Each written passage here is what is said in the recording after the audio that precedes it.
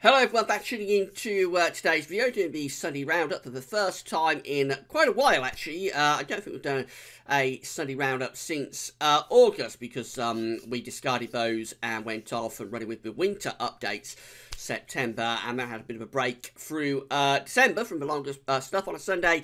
So the Sunday Roundup is back. We're going to have a look at various things, a bit of an eclectic mix, look at solar activity, look at some indexes, see what's happening with sea surface temperature anomalies and ENSO, and also have a look at weather next week to 10 days. Well, a lot to cram in for today's video. I'll try to rattle through it all as quickly as I can, but it will be a bit of an extended update for your Sunday, so hope you found it interesting and informative. We'll start off having a look at the climate averages for December, just see what happened in December. So this is from the UK Met Office. This is our mean temperature anomalies for December 2017, set against 61 to 1990.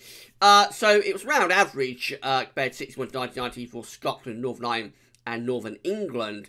Also, eastern parts of England came out around average as well. Parts of the Midlands, Wales and South West England actually came out a little bit milder than average.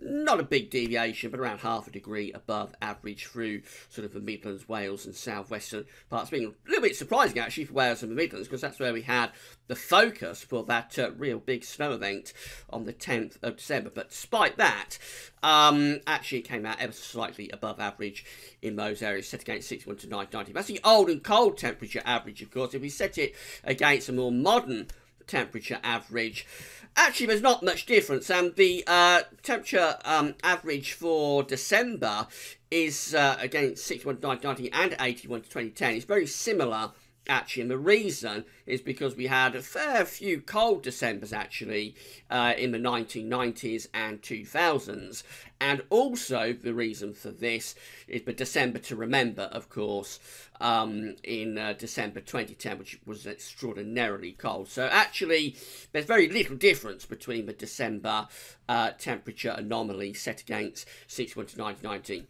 and 81 to 2010. So it's a very similar story in terms of the December 2017 temperature anomaly set against 81 2010 is what we saw with 61 to 1990. So in the north, really around average, a little bit milder than average across parts of the Midlands, Wales and southwestern parts of England. Now, this is what the GWV Weather December forecast as part of the winter forecast looked like in terms of the 500 millibar height anomaly that we was expecting with our analogues. So we base this on all of the things that we look at through the winter updates, such as solar activity, sea surface temperature anomalies and ENSO, quasi-biennial oscillation and all that kind of thing. And we created winter forecast, of course. That's still progressing, and we won't know how well that did until we get to the end of February and the beginning of March, end of the season. But as part of that, we broke down to month by month anomalies. So this was the expected 500 millibar height anomaly based on our analogues for December 2017. Overall, it was expected to be quite a coldish December. We did have a bit of a blocking signal with high pressure to our northwest, and then we had a signal for low pressure to be to the east and the southeast of the country, which on average would bring the winds in from the northeast in that kind of direction. Obviously, there were deviations within the analogue, so not every year was going for a cold December, but generally it was quite a cold signal for December.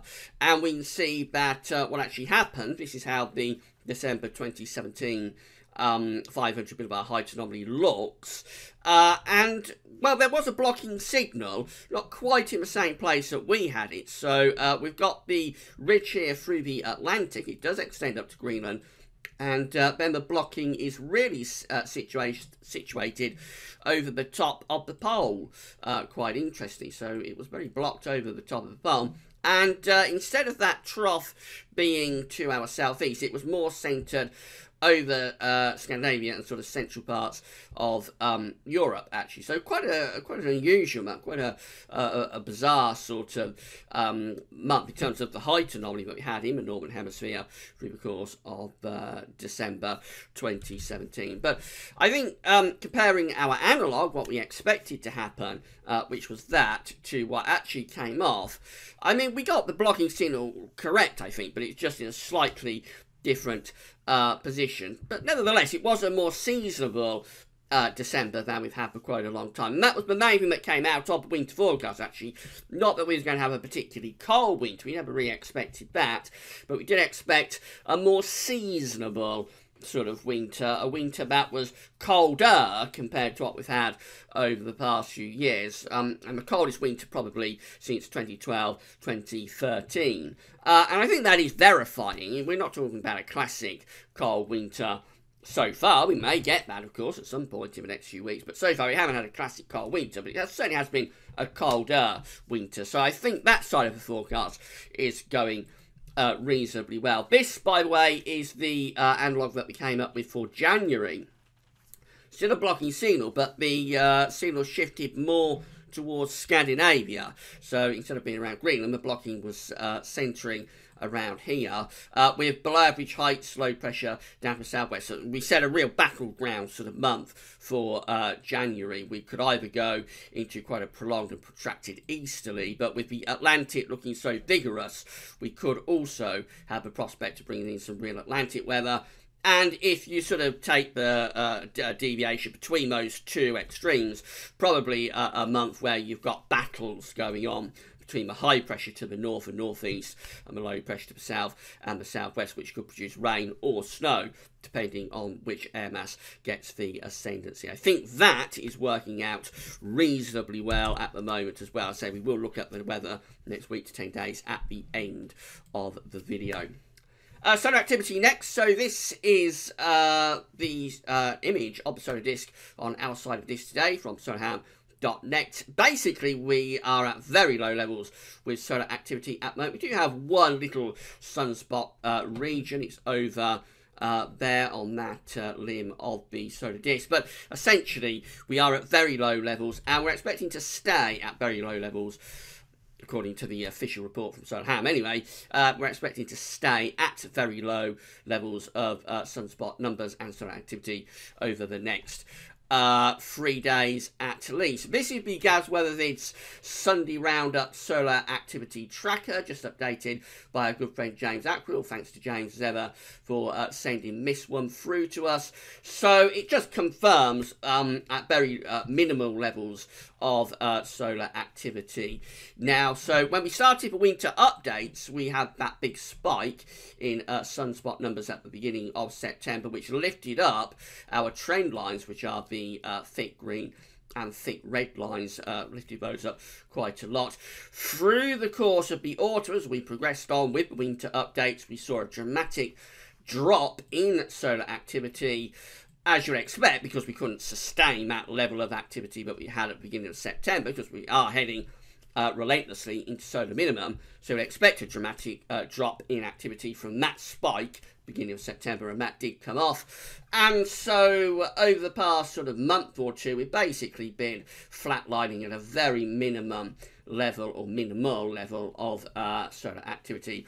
Can't yet say we are in solar minimum. It's a little bit early to be in solar minimum. You'll expect that more in around 6 months or so, maybe a year, true solar minimum. But obviously we are now at a really low level of solar activity, and you can expect it to decline further from here, actually, as we head into true solar minimum. So eventually, when we get to solar minimum, we would have like sort of weeks probably of no sunspots at all.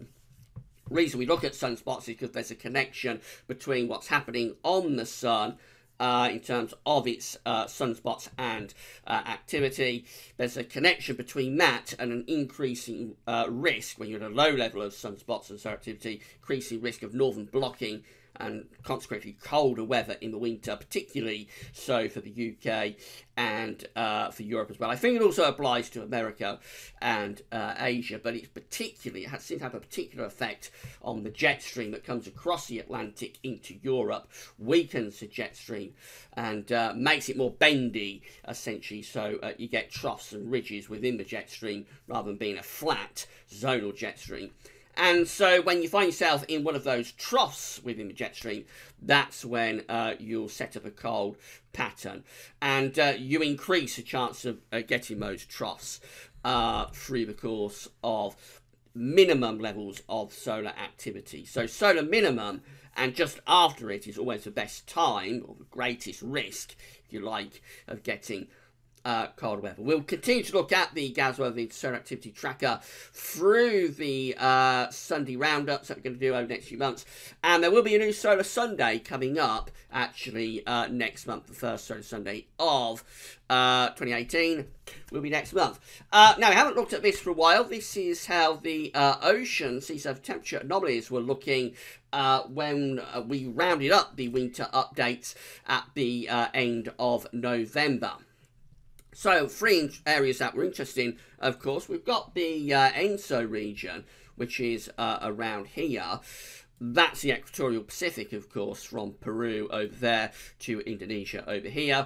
Then also, we're always interested in what's happening in the Northern Pacific, and obviously, because it's right next door to us, interested in what's going on in the Northern Atlantic as well. And then this area up here, that the Norwegian Sea, that also focused in the winter updates this year due to the warm sea surface temperature anomalies, unusually warm sea surface temperature anomalies that we had up there. So that's how things were looking with the oceans when we rounded up the winter updates and issued winter forecasts at the end of November and the start of December. This is the very latest in terms of the sea surface temperature anomalies. So let's deal with ENSO first of all. The La Nina signal is still there, as you would expect. We had it at the end of 2017. It continued into the start of 2018.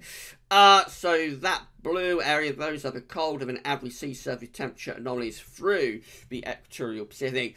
I think it's more or less got as strong as it's going to get through this winter. What tends to happen with these ENSO events, be it El Nino or La Nina, is that they'll decline after Christmas. So sort of reach a peak around Christmas, if you like, and then they'll decline after Christmas. So you'd expect these blue colours to gradually ease in intensity over the next month or two, and we should go back closer to neutral by the time we get to the spring. And then by summer, of course, we've got to see where we're going to go next with ENSO. It's been quite a weak La Nina, but stronger cold event than the one we had last year. Although whether it actually ever gets designated, that's another point, because it started very late. Won't go into that. But if you watch the winter updates, you'll know what happened with this La Nina. It's very unexpected and a very, very late starter as well. In terms of the Northern Pacific Ocean, so that's how things were looking when we signed off on winter updates. This situation now probably gone a little bit cooler, if anything, up in the northern part of the Pacific Ocean, but not a big deviation. And then in the Atlantic, so again, let's compare to the how things looking at the end of November. That was the situation in the Northern Atlantic at the end of November. This situation now, very little change actually. The North Atlantic is still in a significantly warmer than average state overall. Have got a little bit of cold sea surface temperature anomalies starting to appear off the coast of Africa. That's quite interesting. That might have, if it strengthens, that might have a bearing on the next hurricane season. We perhaps won't have such a big hurricane season if those cold and average sea surface temperature anomalies near North Africa start to increase through to the summer. But they're just in the shallow waters close to the coast of Africa at the moment, so not really very impactful at all. We're going to see where that goes. Otherwise, the Atlantic is in quite a warm state. In terms of the Norwegian Sea, that's still running significantly warmer than average, but a little bit less so than has been the case, or was the case, back in the autumn. So actually very little change over the past few weeks with the sea surface temperature anomalies, either in the Pacific or the Atlantic, really. So not much has happened there. This is the cold and warm episodes by season chart from the Climate Prediction Centre, which is part of NOAA, just to show you that the La Nina event is still progressing. I'll just close you in a little bit. So where we've got the blue numbers in the boxes, those are cold events. We did have a cold La Nina event last winter, actually, 2016-17, these blue numbers just here, probably about the weakest La Nina that we've ever had, actually, back to 1950, anyway, as far as you go with this. Now you can see what a late starter the current La Nina was. So we didn't go down to required La Nina threshold actually until this tri-monthly period here, September, October, November, when it went down to minus 0.7. To get a La Nina designated, you have to go to minus 0.5 degrees as your anomaly or lower over 5 tri-monthly periods. So these two just here, these two negative numbers just here, they don't count to the La Nina because they don't go to that minus 0.5 degree threshold or lower. It's these two that are at La Nina threshold. The last one there, October, November, December, go down to minus 0.9, which is lower than anything that we had in a tri-monthly period last winter, 2016-17. But because it's such a late starter, you have to get these required temperatures over 5 tri-monthly periods. So because this is such a late starter, this event, it may be that despite the fact that we have gone down to La Nina threshold, it might not run over 5 tri-monthly period. So very unusual situation, but whether it is officially designated on these charts, we can say that most definitely we are in a La Nina. We've had a La Nina and are still having a La Nina because we've gone down close to around a degree colder than average in the central Pacific Ocean.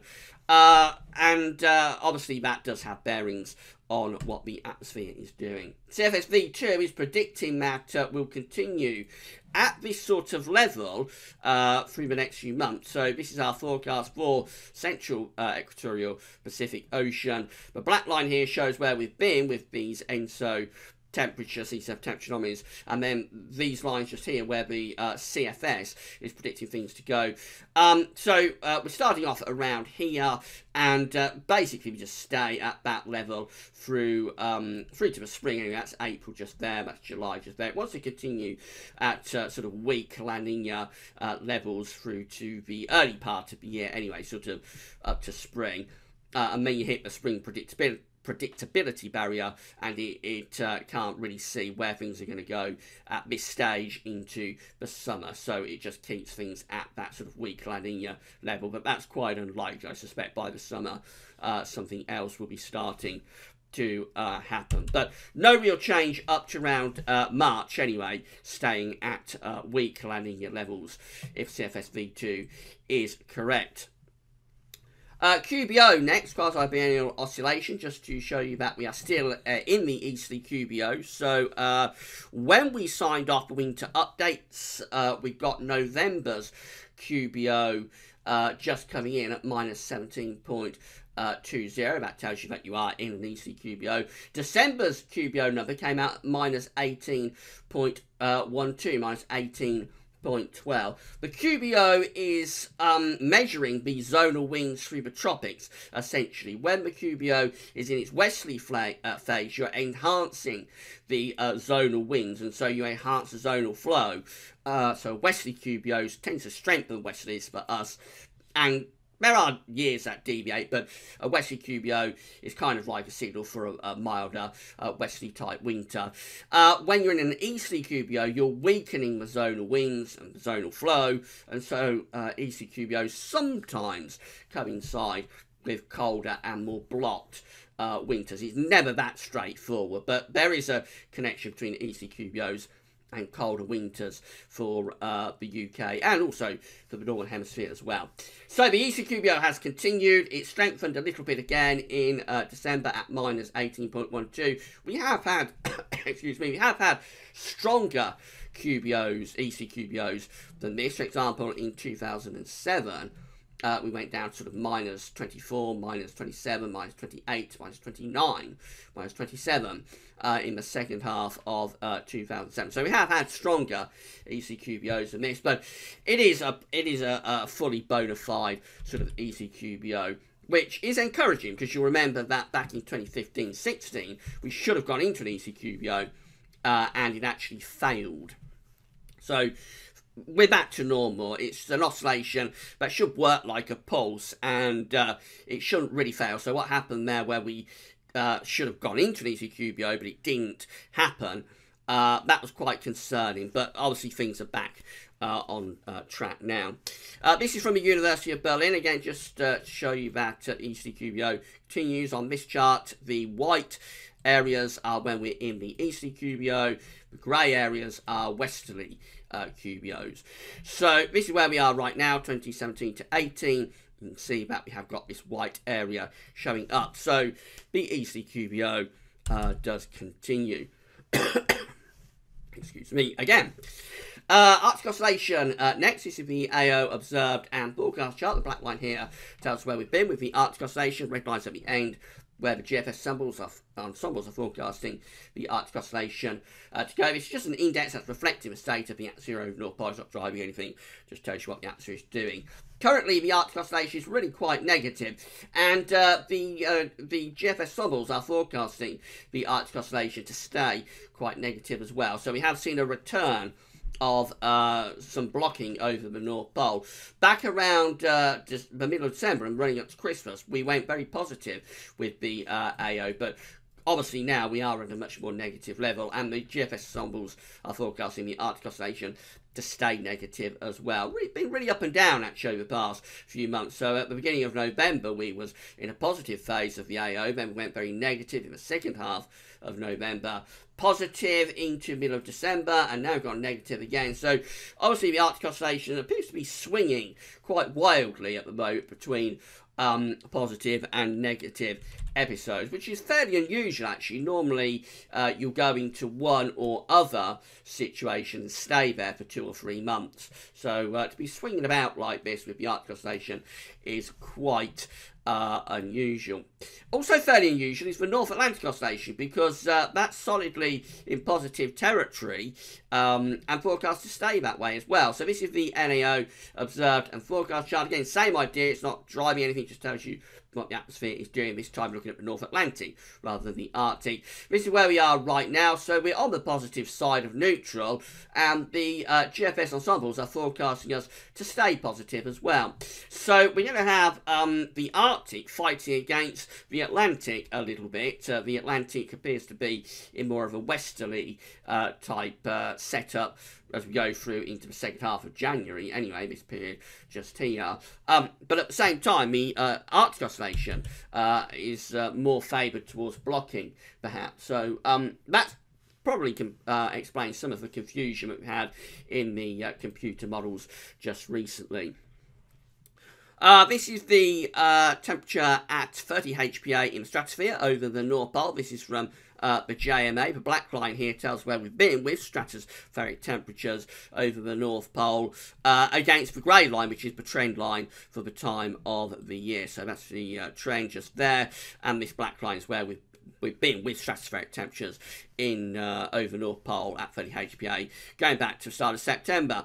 So at the end of December, we went really cold with the stratospheric temperatures. Look at this, how this black line plunges down to that sort of level. It's just starting to tick up a little bit, but you'll notice it is way under the grey line still. So still much colder in terms of the temperature in the stratosphere over the North Pole than you would expect at this time of the year.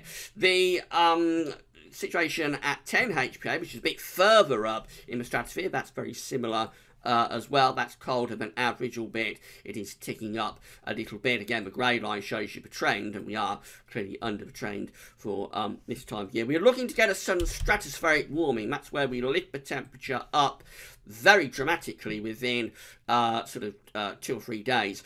They always look really dramatic, and if we get one, we'll see the black line here doing something a bit like that, going to that sort of level in around 2 or 3 days. They always look quite spectacular on these charts when they occur. Let's see if there's any sign of that. But GFS has been hinting at that in its extended sort of range just recently. Let's just have a quick look and see if it's still doing that. So it's starting on the 15th of January. These are the GFS temperature forecast for 10 HPA. And we'll run through. We're looking to get brighter colours extending into North Pole. Doesn't quite come up, but it is still going for this side on this run. It doesn't come off on this run, but it is still going for this idea that we've got 2 areas of fairly modest warming occurring. One over here on the Pacific side of the Arctic, and then one down here on the Atlantic side of the Arctic, particularly focusing on the UK and Europe. When you get that sort of pincer movement, they are very modest temperatures, so that's not a sudden stratospheric warming. But when you get that sort of pincer movement on these colder temperatures in the stratosphere, that can be a precursor to a sudden stratospheric warming. So I've got a feeling, although this doesn't actually show, this particular run of GFS isn't actually showing a sudden stratospheric warming up to the 23rd of January. I've got a feeling we are going to get a sudden stratospheric warming for too much longer. I think it'll either happen sort of final week or so of January or into the start of February. But I think before much longer, we are going to dramatically lift the temperature up in the stratosphere over the North Pole. We look at that because when you get a sudden stratospheric warming, it can send that warmth down into the tropics, it can send warmth down into the troposphere, I should say, and then you start to set up northern blocking. So it can be a precursor, sudden stratospheric warming, to getting cold weather and block conditions. Right, just have a quick look at weather for the next couple of weeks then. So these are the GFS temperature and precipitation ensembles. Red line here is 30-year upper air temperature average. Now, we're going to go above average with the temperatures in the next 2 or 3 days. It won't feel that mild on the surface, though, because this is a continental flow. So don't take that push up in the temperature too literally. It is going to be quite a chilly week coming up. After that, we see the temperatures dropping down into the end of the week and the weekend. And then in the extended range, so this is into the second half of January just here, looks like the GFS ensembles, if anything, want to go a little bit colder than average. You might do an ensembles watch, actually, tonight, see what these ensemble members are showing, how they're going into this sort of colder weather into the second half of January. In terms of precipitation, a lot of dry weather coming up for the rest of this week. Then the rainfall spikes really coming back mid-month and into the second half of the month. So presumably a lot of these colder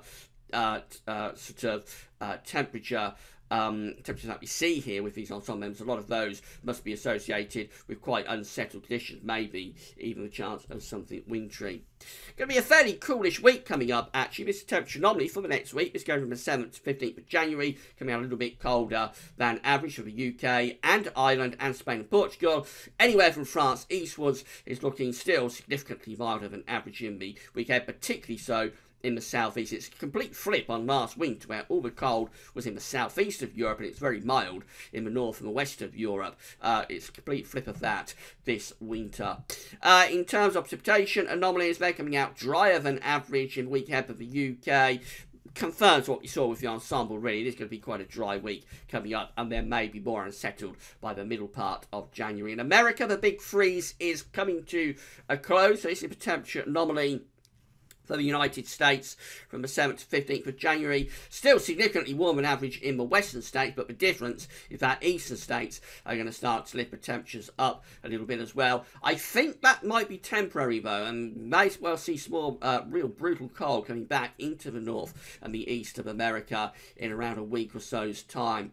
Precipitation anomalies for the states looking like that. Many northern areas and western areas actually coming out a bit wetter, still a bit drier than average over in the east and in the southeast too. This is the situation in America. So at the moment we're still under this really cold ridge here. This this still has the cold air, this ridge trapped underneath it across the eastern parts of the states. So there's still those brutal cold upper air temperatures that we've got into the east and the northeast of America. You notice in the Midwest, though, temperatures are beginning to lift up. That's because on the western side of this ridge, we're beginning to pull sort of southerly winds up from the southern states. So beginning to lift temperature up in the Midwest, still brutal cold at the moment in the east and the northeast of the states, but that's how the upper air temperatures are looking for America by Wednesday. Much, much warmer there. And I say warmer, they're going to go sort of from a big freeze into a big thaw.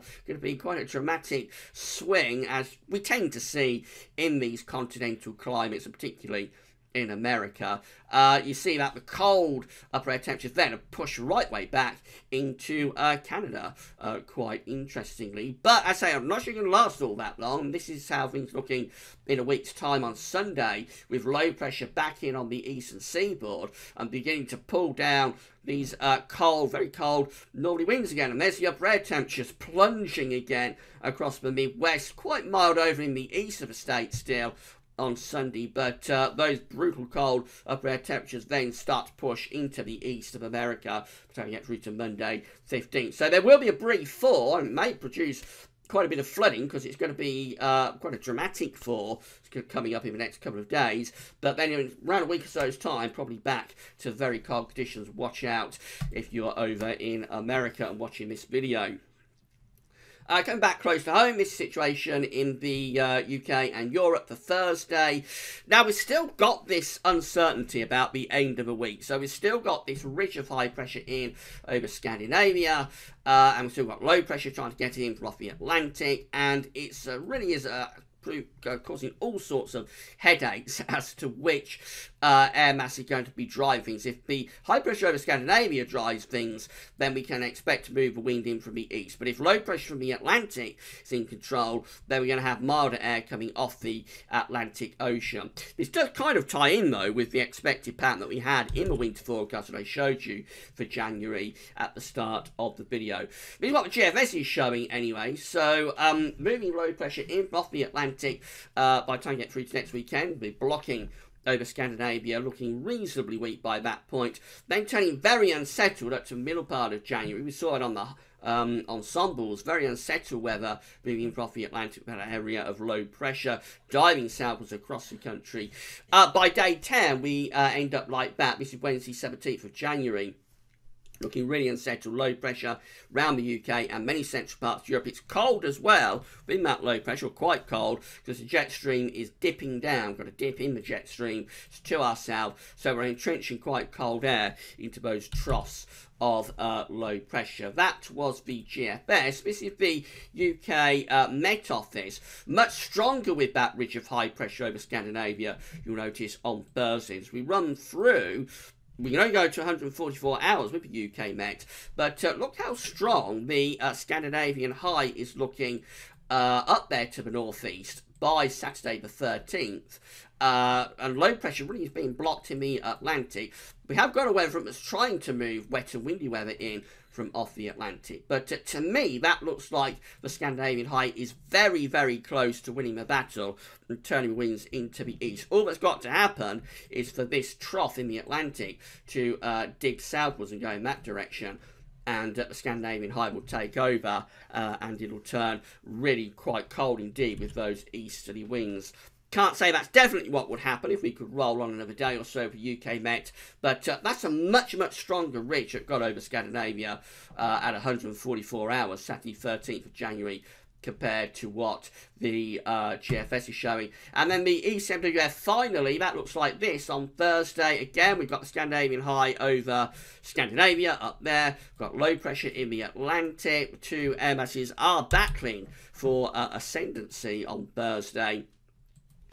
We run up to 144 hours, Saturday 13th, and again, it looks like that Scandinavian high is really much stronger than the GFS is showing, and it is trying desperately to get the wind into the east. These areas of low pressure at 144 hours, anyway, are definitely being blocked on this morning's ECM run. Just a little bit beyond that, up to sort of a week away, this is Sunday 14th of January, we find that very cold air is only on the other side of the North Sea. It is lurking, it's really close to us with these easterly winds on the ECM WF, and we do see signs by 192 hours that the low pressure is starting to dig underneath the ridge. It's starting to slide underneath the Scandinavian high. So this is now very, very close, incredibly close to pulling in bitter cold easterly winds and the chance of snow. Look at those upper air temperatures that we've got there over Scandinavia and around the North Sea and the Baltic Sea. Really cold just on the other side of the North Sea. That's so close to a bit of a freeze up and some very snowy conditions indeed. Just a very, very minor adjustment will place us under that very cold air. As we go up to day 10, that's how we finish up with ECMWF. And then the low pressure starts to take over, albeit we're still on the cold side of the jet stream going down there, but we're beginning to weaken the blocking signal up to the northeast. It's these areas of low pressure that are running through. They do contain quite cold air within those low pressures as the upper air temperatures. There is some wintry potential even with them, but we just about avoid, just miss, very, very close from the thing, quite a freeze up.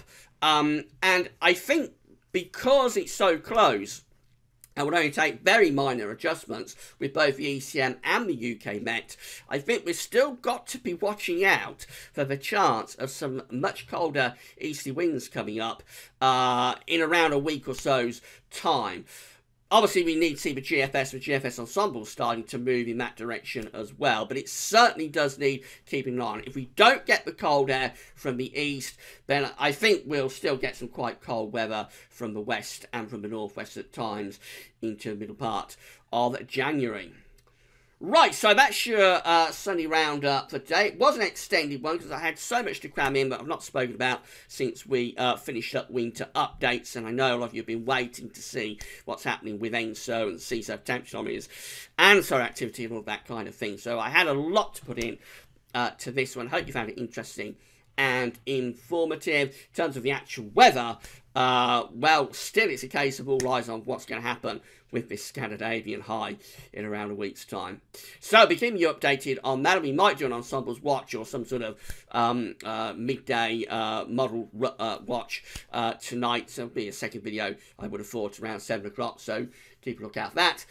Enjoy the rest of your Sunday. That's all for now. Thanks for watching.